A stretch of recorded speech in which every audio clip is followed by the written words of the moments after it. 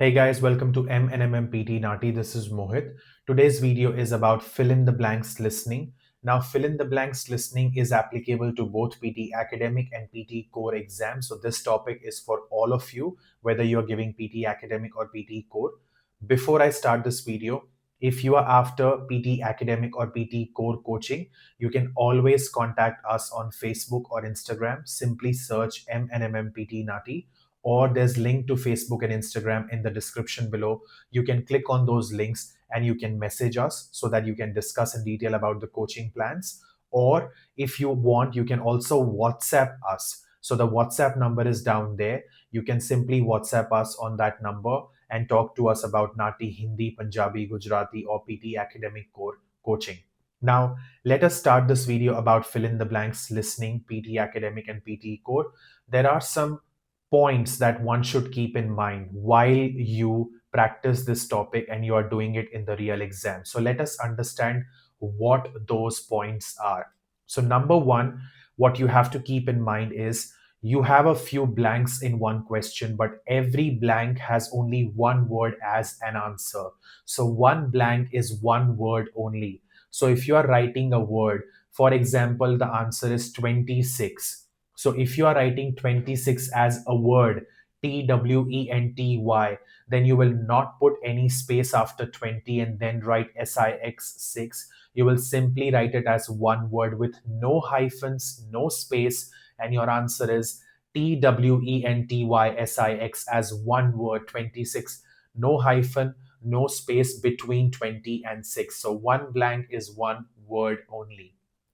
The next thing that you have to keep in mind is we cannot use any symbols, dollar and percent, percentage.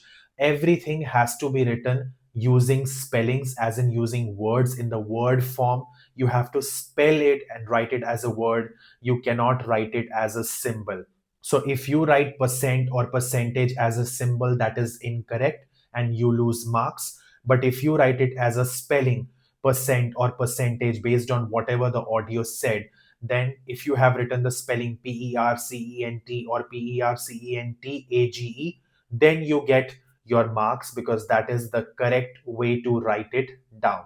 Okay. The next thing is spellings for, as in when you write anything and you're writing spelling, you always have this confusion. Can I write ZS? What is the right thing to do? I'm comfortable with American. What is American is wrong and British is right? No, both are correct. So if you are writing Z in organization, which is an American spelling, or S in organization, which is a British spelling, both are correct and both are acceptable.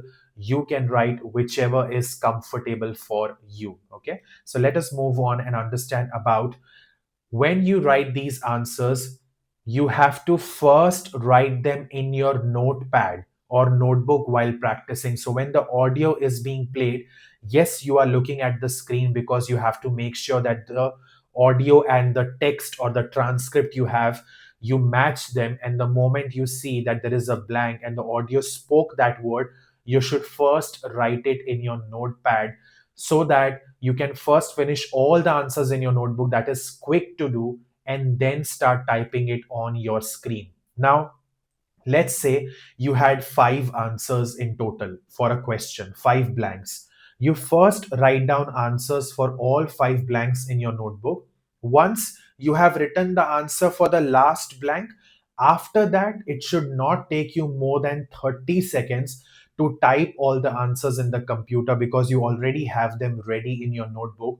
All you are doing is looking at your notebook and typing. So that should not take a lot of time, considering every blank is just one word, and maximum 30 seconds is what you need.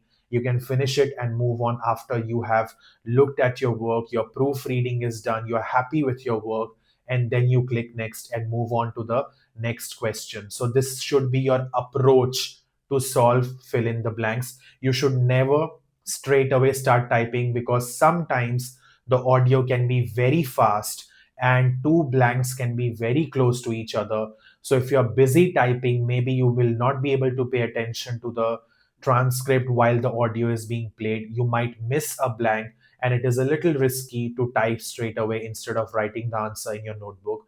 Hence, I recommend you to first write them in the notebook and then type. Next point that I would like to discuss is numbers. Now, with numbers, they're pretty flexible. You can either write it as a figure or as a word. Both are correct and acceptable. So, if you've written 5 as a figure, it's okay. Spelling FIVE, F has to be small letter because it's not a proper noun. It is correct. 25 if you've written, again remember the answer has to be one word only, so there should be no space between 20 and 5, there should be no hyphen between 20 and 5. It should be written as one word where T is small letter because it's not a proper noun, or you can write 25 as a figure. Both are correct. The next thing is uppercase and lowercase letters, as in capital letters, small letter. If the blank is the very first word of a sentence, yes, it should start from a capital letter. But if it is somewhere in the middle, you have to check whether the word you have, is it a proper noun, as in name of a place, maybe name of a person, then yes, you have to write it as a capital letter.